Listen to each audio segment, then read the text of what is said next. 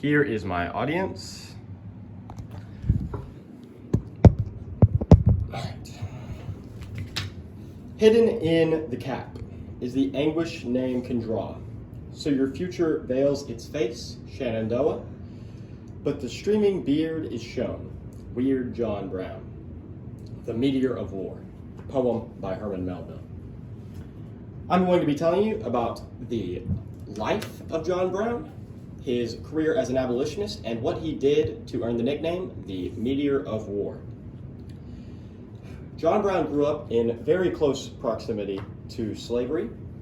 He was born on May 9th, 1800, and he moved to Hudson, Ohio, very shortly after, where he lived there for most of his childhood.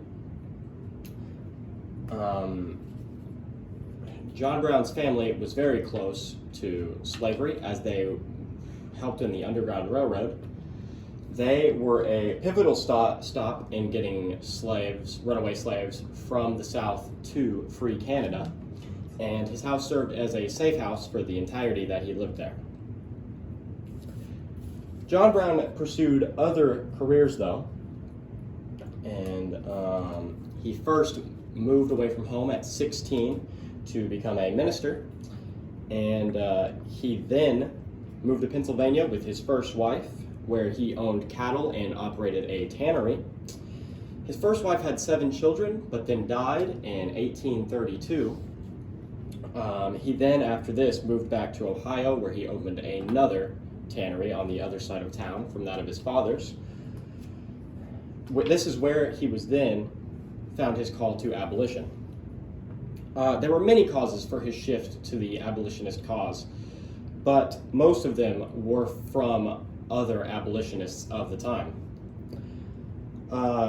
The National Abolition Museum website says that it was Elijah Lovejoy's murder that caused John Brown to first proclaim his allegiance to the anti-slavery cause.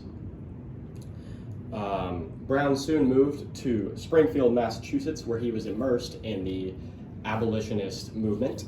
He listened to speeches from Frederick Douglass and Sojourner Truth, and History.com says that Springfield is where John Brown became the abolitionist that we know him from today. We see now how John Brown's early life led to his abolitionist career, but what did he do when he became an abolitionist, and why is it so important to our history and the nickname that he was given? Brown moved from Springfield to Kansas at the request of 2 of his sons, with the intention to attack pro-slavery groups in the area. After a pro-slavery mob attacked Lawrence, Kansas, burning multiple buildings to the ground, Brown and 5 of his sons went into the area and murdered 5 pro-slavery activists in the area. This was known as the Pottawatomie Massacre and helped contribute to the time period known as Bleeding Kansas.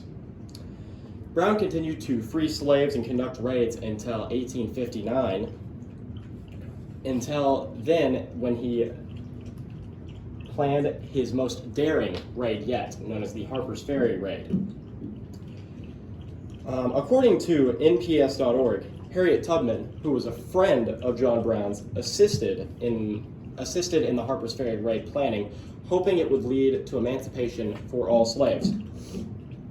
On October 16th, the raid began, and John Brown and over 20 other men moved into the Harper's Ferry fort, where they managed to capture the armory by October the 17th, one day later.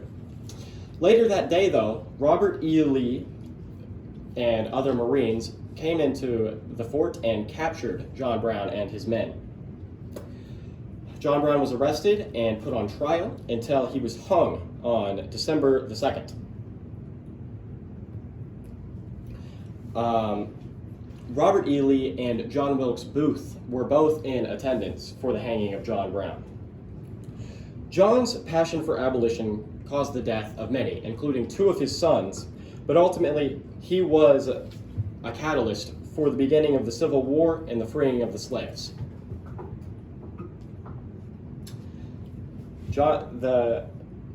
This perfectly emulates why he received the nickname Meteor of War by Herman Melville, as he was the man who started the bloodiest war in American history. Thank you. Here's my audience.